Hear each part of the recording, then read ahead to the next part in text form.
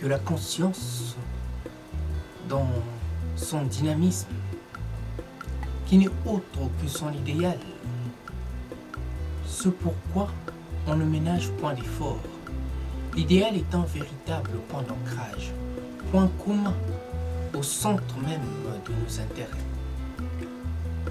Préoccupations sans pareilles, tenant compte de la situation qui prévaut en République démocratique du Congo et ces bizarreries qui font tant mal.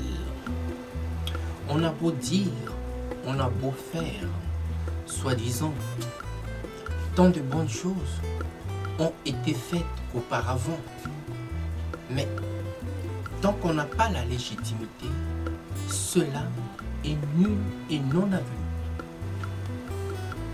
Un état de droit doit tenir mes droits dans ses bottes. Rien à faire. Raison de plus que les gens protestent et contestent. La démocratie ne tolère point d'intimidation au vu de ces garde-fous qui ne sont pas aussi fous que ça. Pour preuve, ici nous avons connu un certain maître Vergès, maître d'œuvre dans la faille institutionnelle, pour défendre ce qui paraît indéfendable.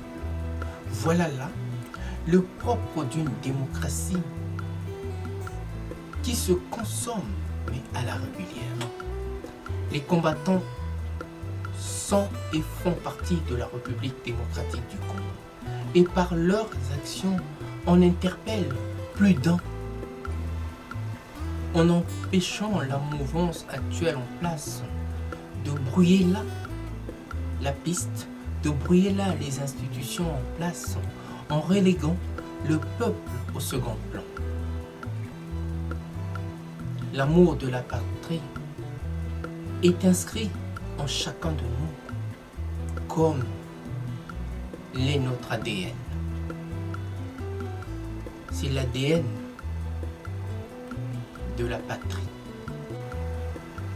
On ne va pas leur laisser faire ce que bon leur semble.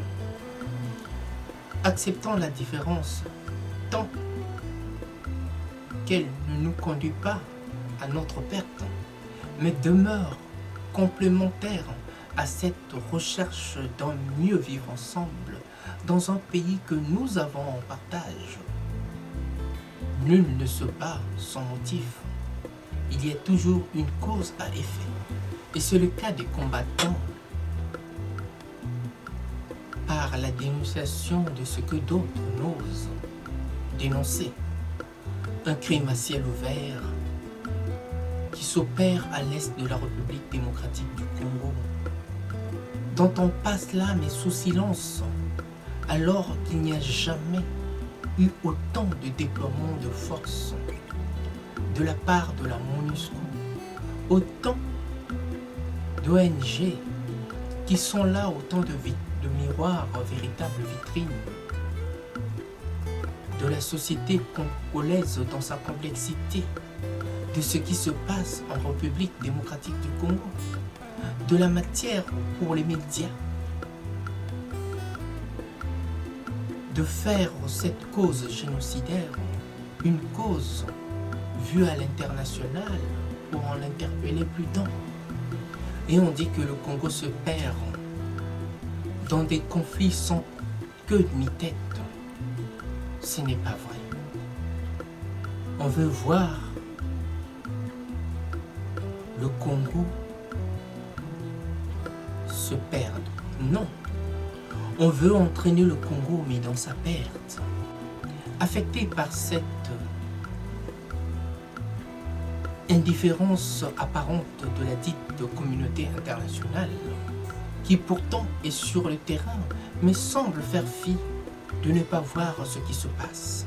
Après quoi on s'étonne de la volonté mais si manifeste des combattants de défendre l'une des plus belles causes,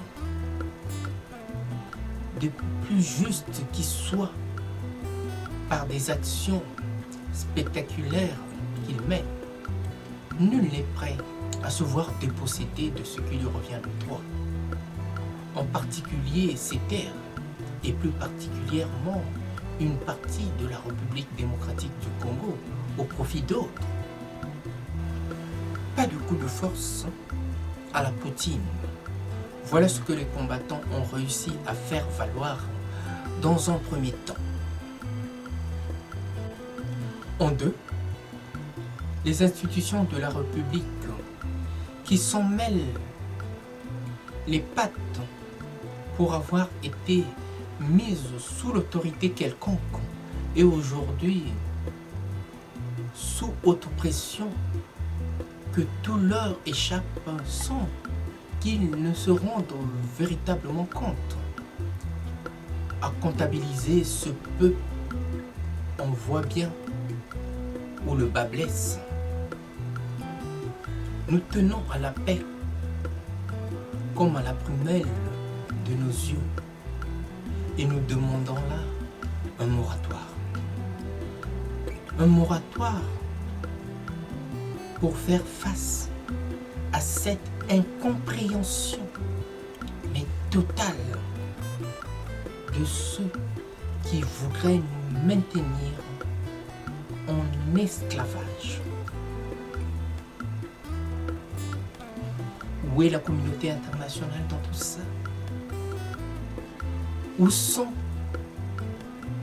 ceux qui se font passer toujours pour les défenseurs de droits communs, des droits de l'homme? Et à la communauté internationale de cesser de faire fi de ce qui se passe. Ne jamais faire les choses mais par défiance, de peur que cela se retourne contre vous. Nous demandons là à la communauté internationale de se faire violence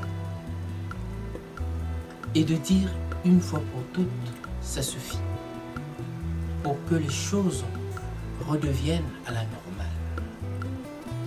Et nous éviterons là une justice, mais à deux poids, deux mesures. Si aujourd'hui nous doutons de la communauté internationale, alors envers qui nous allons nous retourner? Vous ne trouvez pas que ça serait là un laisser-aller qui laisserait à chacun son interprétation de la dite communauté internationale? S'il vous plaît, revenez vite à la raison et déboutons le mal-être de ceux qui empêchent certains peuples de bien vivre dehors. À bon entendeur, salut.